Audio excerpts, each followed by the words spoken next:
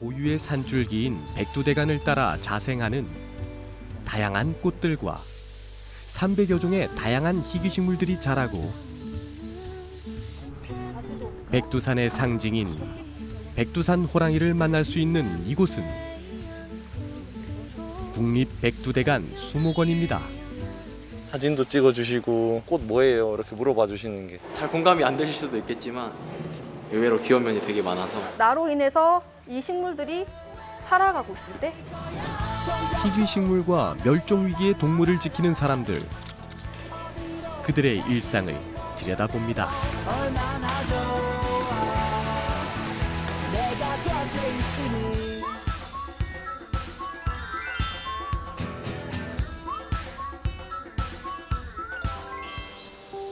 이른 아침,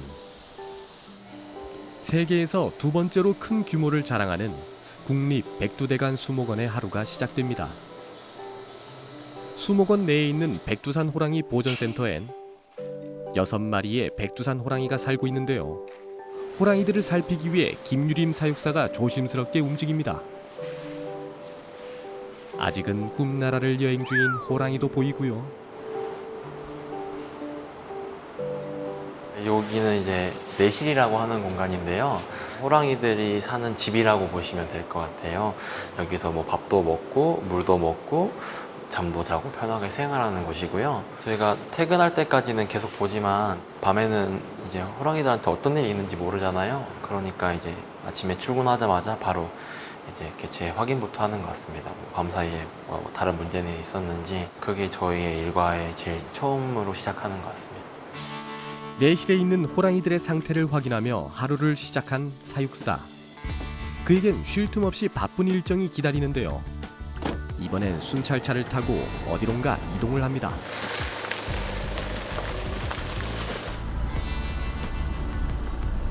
방사장이라고 하는 곳에 가는데 이제 호랑이들 나가서 좀 뛰어놀고 저희가 뭐 행동풍부화 같은 거 해주면 그런 거 갖고 놀고 장난감 갖고 놀고 하는 그런 어떻게 보면 좀 호랑이들이 나가서 좀 더 넓은 곳에서 놀 수 있는 그런 곳에 지금 이제 문제가 있었는지 한번 점검을 해보러 가는 중이에요.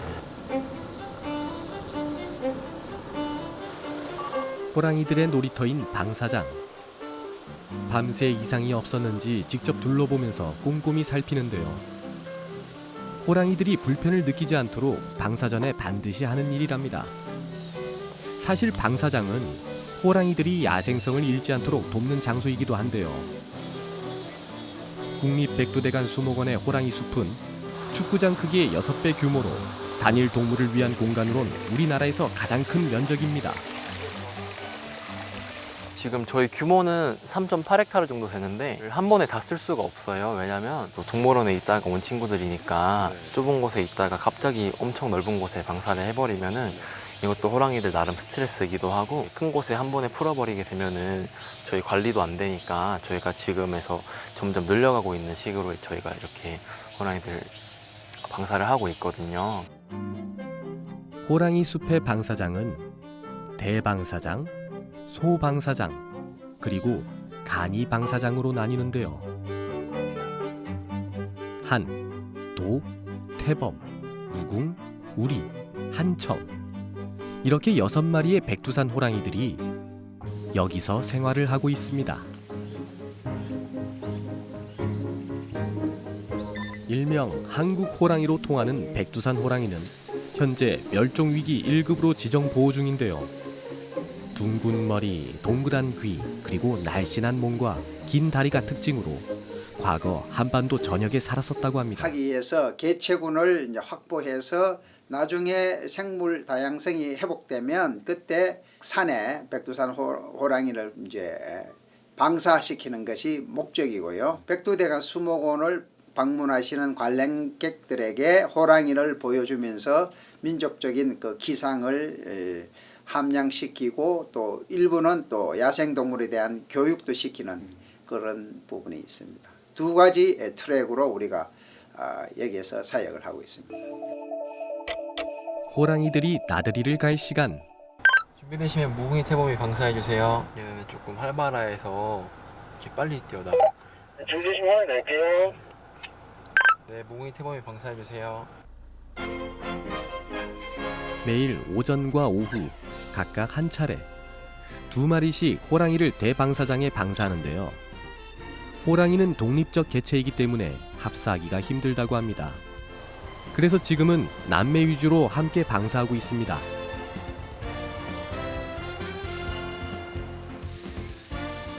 호랑이를 가까이서 보니까 신기하면서도 어쩐지 조금은 무섭다는 생각이 드는데요.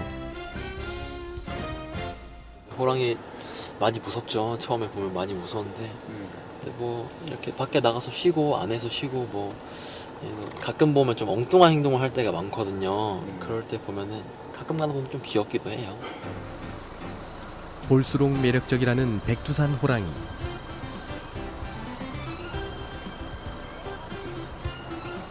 저도 점점 이 친구들이 귀엽게 느껴지는 것 같은데요.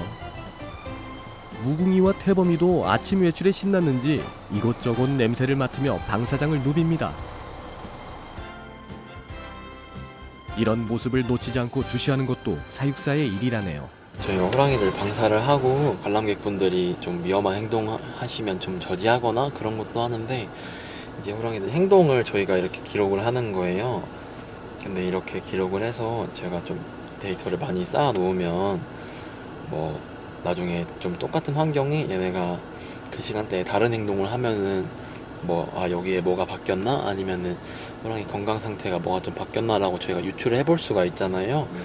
그래서 저희가 호랑이들이 이제 뭘 하는지 그런 행동을 저희가 다 기록을 하고 있습니다.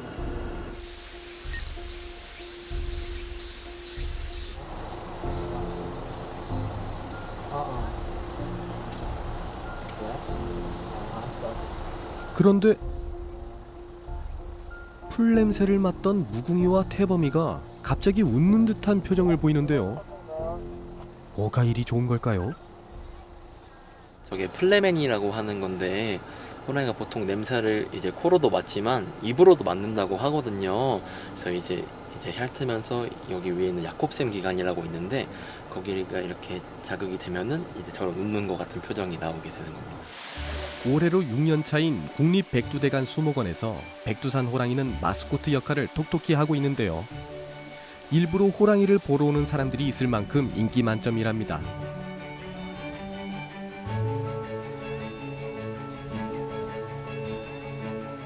멸종위기 백두산 호랑이의 실물을 찾은 관람객들. 와, 팬미팅 현장을 방불케 하네요. 너무 잘생기지 않았어 우리 호랑이. 아니 진짜 인형인 줄 알았어. 인형인 줄 알았어. 나도 처음에 모형인 줄 알았어. 모형인 줄 알았네. 몇 마리 있는 거야? 몇 마리 있었니? 우리 집에 있네. 귀찮아. 참. 귀찮으니까. 안녕.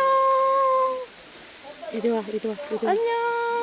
두 번째 방문인데 저번에 왔을 때는 호랑이를 못 보고 가서 아쉬웠는데 진짜 이번에 보니까 좀 실감 나고 좀 힘을 얻어가는 것 같아요.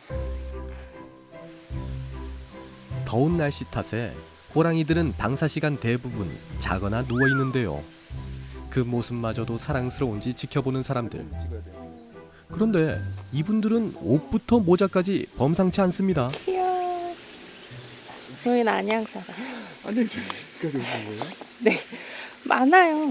뭐 강원도에서 오시는 분도 있고 서울, 파주 뭐 할 것 없이 팬분들은 많이 찾아오세요. 한 달에 3번? 두세 번은 오는 것 같아요.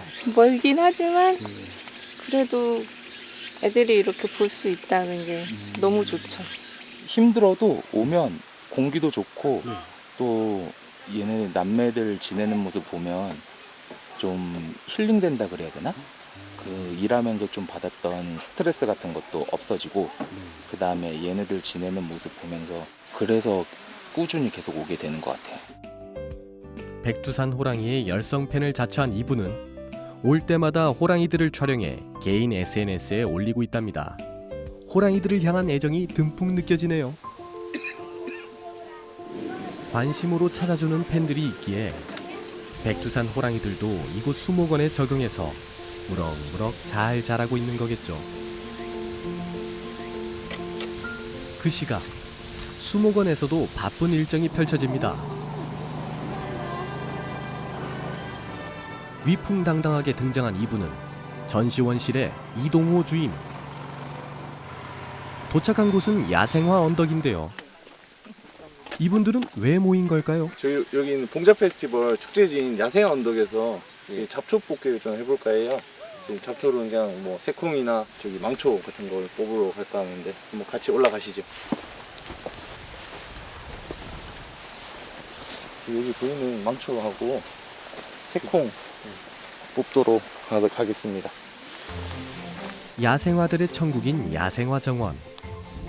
고산지대의 초원을 재현한 야외 전시실인데요. 봉화에서 열리는 대표적인 여름 축제 봉자 페스티벌의 주요 무대로 활용되기도 했습니다. 아름다운 정원을 가꾸기 위해 다들 열심히 야생화 사이사이에 난 잡초들을 뽑아냅니다. 야생 언덕이라는 곳이 털부처꽃하고 긴산꼬리풀을 주 종으로 조성을 했기 때문에 그 외의 종들은 좀 아무래도 경관상 제거를 하고 있습니다. 약 한 3헥타 정도 됩니다. 저 혼자만 하는 건 아니고요. 선생님들과 함께 매년 한 3번에서 4번 정도 제초 작업을 하고 있고요. 그 외에 직원들이 나와서 이렇게 잡초를 수시로 제거하고 있습니다. 줄 좀 잡아주시겠어요? 어떤 거요? 줄 좀 SSG 제가 물 줄 텐데. 네. 네.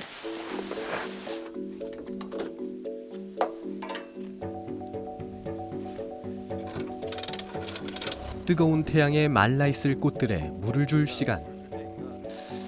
더위에 지친 야생화들이 물 한 모금에 생기를 찾아갑니다. 얘네가 있던 애들이고 얘네가 추가로 보식한 건데 색깔이 종자를 빨리 맺혀요. 꽃도 빨리 떨어지고. 이 드넓은 들판을 모두 신경 쓰는 것이 마냥 쉽지만은 않을 것 같은데요.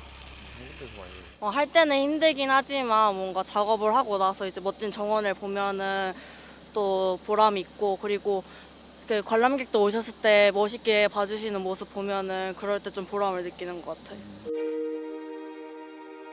이렇게 많은 이의 노력 덕분에 털부처 꽃을 비롯해 다양한 꽃들이 야생화 정원을 수놓으며 수목원을 찾는 많은 이들에게 즐거움을 주고 있는 거겠죠. 숨은 노력이 필요한 또 다른 곳이 있는데요. 바로 알파인 하우스. 여긴 또 어떤 곳이죠? 알파인 하우스가 고산 자원 전시 지구라고 해서 저희가 고산 식물을 중점으로 해서 키우고 있고요. 이름 자체도 보시면 아스타 알피너스, 직역을 하면 고산 아스타라는 이름이고요. 알피나라는 자체가 고산이라는 뜻을 갖고 있는 식물이에요. 그러니까 고산 지역에서 자라는 식물들을 주로 키우고 있다고 생각하시면 돼요. 알파인 하우스는 세계 각국의 고산지대를 모방한 3곳의 냉실로 구성되어 있습니다. 국내외 고산지대 등 기후변화에 취약한 지역에 희귀식물과 특산식물을 수집 보관 중인데요. 국립백두대간 수목원에선 현재 희귀식물 313종과 특산식물 164종을 보유 중입니다.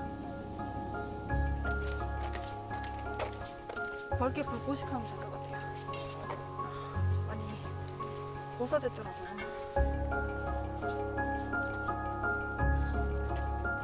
냉실의 빈 곳에 식물들을 새롭게 심을 예정인데요. 보기엔 간단해도 식물들의 특성을 고려해야 하는 까다로운 작업이라는군요. 일단은 어려움이 상당히 많죠. 그러니까 왜냐하면 고산 식물이라고 하는 것 자체가 일반 이런 낮은 지대가 아니고 1500에서 2000m 이상, 그러니까 아고산 식물이라고 하면요. 그리고 고산 식물은 2000m 이상에서 사는 식물인데 국립백두대간 수목원 현재 가장 높은 전시원의 높이만 하더라도 560m 정도밖에 안 돼요. 거기에 고산 환경을 맞춰줘야 얘네들이 잘 살 수 있는 환경이 되기 때문에 온도는 차갑고 공중 습도는 어느 정도 유지가 되면서 햇빛도 어느 정도 들어와줘야 되고요. 그거를 다 맞추기에는 조금 아직까지도 많이 배우고 있고 그걸 맞추기 위해서 노력을 하고 있다라고 그러고 있습니다. 시원하고 척박한 고산지대 특수 환경을 재현하고자 저온 항습 시스템과 인공 운무 원격 관리 시스템 등을 갖췄는데요.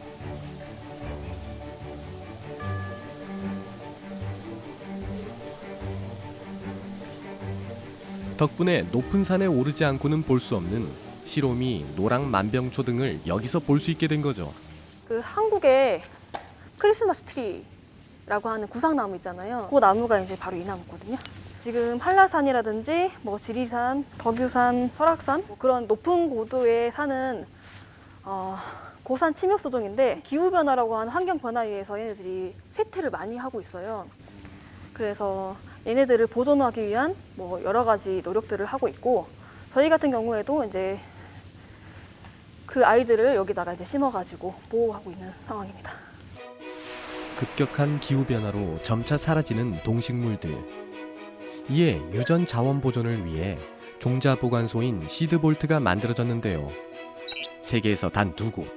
그중 하나가 국립백두대간 수목원에 있습니다. 사실 힘든 것도 되게 많지만 재미있는 부분도 되게 많아요. 이를테면 내가 아니었으면 죽어가던 식물인데 내가 이렇게 얘네들의 새 터전을 만들어주고 얘네들이 또 꽃을 피우고 그리고 이 꽃을 피웠을 때 관람객이라든지 일반 사람들이 와서 너무 예쁘다 감동을 받았을 때 굉장한 보람을 느끼게 됐고요. 힘든 점은 사실 너무 이렇게 재밌게 일하고 있어가지고 저희 두님이랑 잘 모르겠습니다.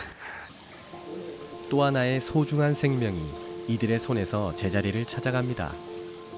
하지만 매일 정성으로 살피고 가꾸어도 가끔 안타까운 상황도 발생한다고 합니다.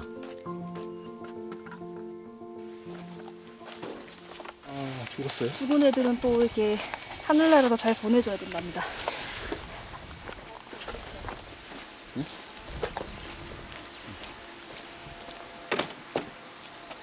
내 새끼가 저기 멀리 간 것처럼 마음이 너무 아파가지고 하여튼 마음이 아프다는 거를 우리 애들이 알아줬으면 좋겠어요. 네. 그래서 저희는 또 다른 일을 하러 갈 거거든요. 아, 지금 어디로 가신다고요? 지금 저희가 관리하고 있는 지구가 여기뿐만이 아니라 되게 또 많아가지고 다른 데 또 이제 나무들도 보고 풀도 보고 이렇게 하려고 가고 있습니다. 아쉬움을 뒤로하고 다시 어딘가로 이동하는 선은미 대리. 도착한 곳은 춘향목 군락지입니다. 지금 요 앞에 보이시는 게 다 춘향목이거든요. 울진의 금강송, 원주의 황장송 같이 춘향을 대표하는 소나무가 있는데 그게 바로 춘향목이고요. 춘향의 토양과 풍광을 맞고 자라서 그런지 보시면 줄기에 가지도 없고 곱게 뻗어서 자라기 때문에 우수한 품질의 목재로 생각을 많이 하세요. 그래서 이 춘향 지역에 와서 국제 관련된 계약을 많이 했고 춘향역을 통해서 이 춘향목이 반출되어서 나갔기 때문에 이 춘향목의 이름이 널리 알려지게 된 것 같아요. 춘향목은 우리나라 문화재 복원에도 많이 쓰이는 적소나무인데요. 이렇게 백두대간에 뿌리 내려온 우리의 소중한 살림은 지키고 보존해야 할 자원이기에 무거운 책임을 느낀답니다. 수도 없이 매년 식물들이 사라져가고 있거든요. 그런 애들을 보면 마음이 너무 아프고 특히나 우리나라 같은 경우에는 그래도 이런 자연계나 이쪽 식물이나 환경에 대해서 관심을 가지고 있는 분들이 굉장히 많아서 그나마 다행이다라는 생각을 많이 하고 있고요. 그리고 이런 분들이 더 많아가지고 저보다 더 훨씬 유능하시고 좋으신 분들이 많이 나왔으면 좋겠다라는 생각을 많이 하고 있습니다. 자, 다시 이쯤에서 백두산 호랑이를 만나러 가볼까요? 간이 방사장에는 내실에 있던 호랑이들까지 나와 있는데요. 무슨 일이 있는 걸까요?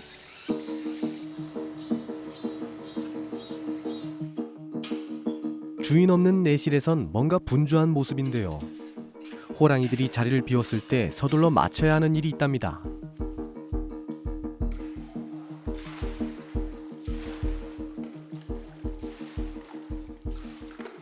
이게 저희가 어제 내실 청소할 때 채워준 물인데 저 음수대에다가 소변 쏘는 애들도 있어서 저희가 위생 때문에 매일 아침 청소하기 전에 빼줍니다. 이젠 제법 익숙해졌지만 처음엔 내실에 들어오는 것도 힘들었다는군요. 여기 들어올 때마다 코가 좀 불편한 느낌? 코가 좀 많이 불편해서 냄새가 좀 많이 강하다 보니까 너무 심하면 머리가 아플 때도 있긴 한데 그래도 청소 끝나고 깨끗한 냄새가 나고 더러운 게 없다 보면 좀 많이 뿌듯하긴 합니다.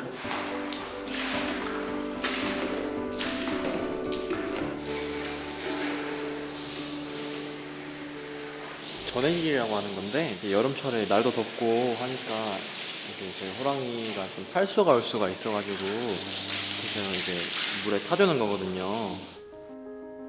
호랑이들이 더운 날 아프지 않도록 약을 챙기는 것도 매일 하는 일 중 하나입니다.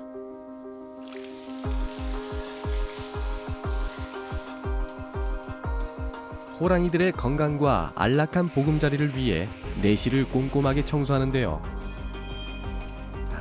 호랑이들이 참 좋아하겠네요. 어느덧 시간은 흘러 오전에 방사한 호랑이들이 퇴근할 시간.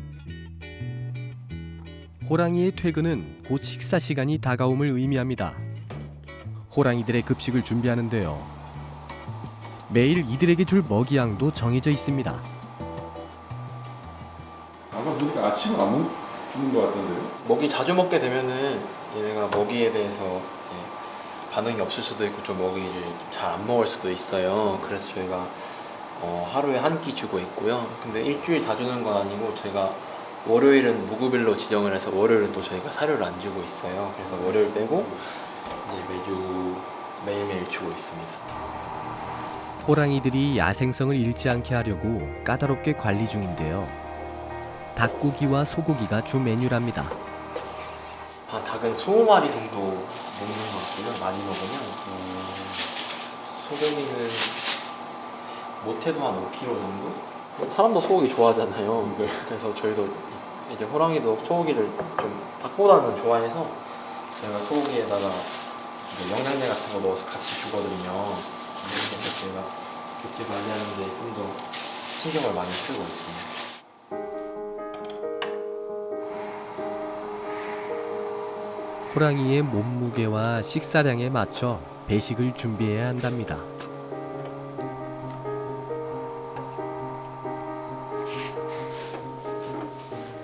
이제 호랑이들에게 직접 배달을 나가는데요.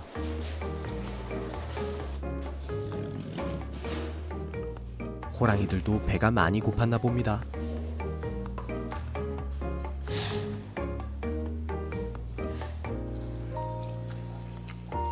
녀석 정말 맛있나 본데요. 잘 먹다가 어라? 낯선 사람이 와서 경계심이 많아가지고 잘 안 먹거든요.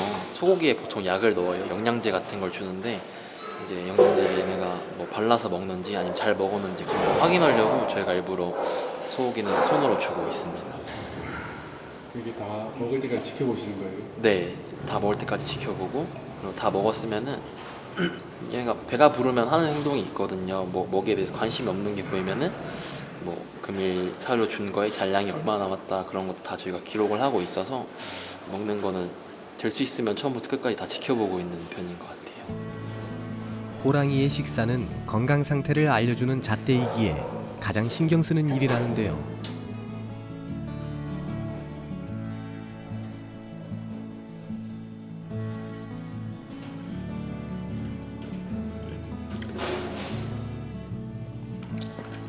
다행히 호랑이들 모두 식사를 잘하는 것 같네요.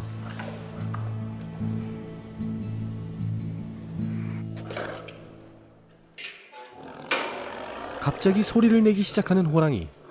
듣기만 해도 간담이 서늘해집니다. 소리가 네. 이제 조금 한이가 먹다가 조금 배가 부르면은 이 먹이를 지키려고 하는 습성이 있어요. 그래서 이제 좀 처음 보는 사람도 있고 하니까 좀 지키려고 저렇게 좀 화를 내네요.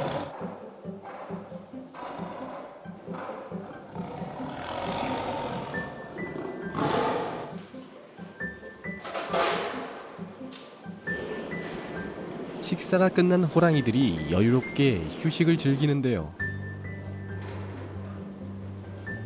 그러다가 가끔 애교를 부리기도 한다네요. 귀엽다고 할 때 있잖아요. 그런 모습 고양이랑 똑같아서. 식사 다 끝난 거예요? 네, 이렇게 하면은 저희가 오늘 줄 거는 다 줬고 이제 마지막으로 시곤 장치 한 번씩 확인해주고 그러면 이제 오늘 일과는 끝입니다.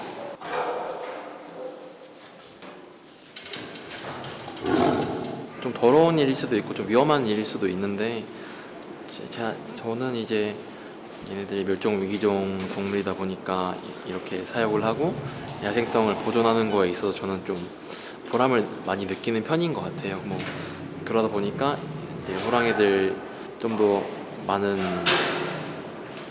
야생성을 증진시키기 위해서 뭐라도 좀 더 해주려고 많이 노력을 하고 있는 것 같아요. 국립백두대간 수목원의 하루가 평화롭게 흘러갑니다. 비록 반짝반짝 빛나는 일은 아니지만 보이지 않는 곳에서 묵묵히 애쓰는 이들이 있기에 우리가 멸종의 위기에 놓인 동식물들을 만날 수 있는 게 아닐까요?